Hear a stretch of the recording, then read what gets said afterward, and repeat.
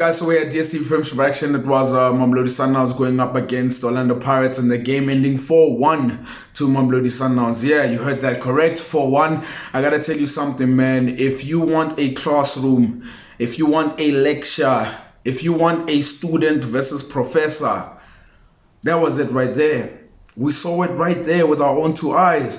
You know, if you ever wanted evidence as well, to just see these two clubs, giants of clubs in the country, how far apart they are. There was the evidence right there. And you know, for me, what I noticed most about the game from the part that I started watching it was the passing patterns amongst the offensive players, the movements amongst the offensive players.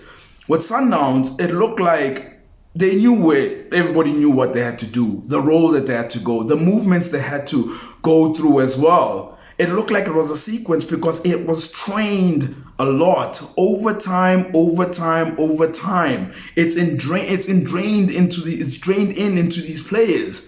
Whereas with Orlando Pirates, on the other hand, it looked like individuals, good players that were put on a pitch and being told, go make it happen. Let's see what you can do. Lodge, if you come up with something brilliant, then great. Pepper, if you make a movement that is great, then great. It didn't necessarily look like it was something they had planned. It was something they had gone through over time.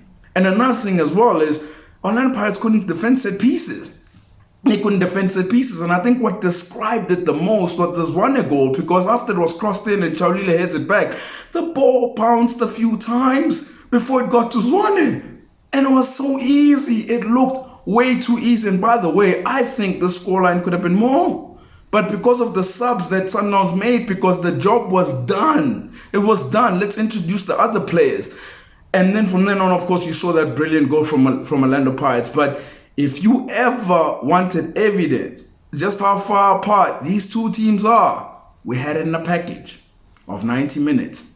Congratulations, Mamelodi Sundowns.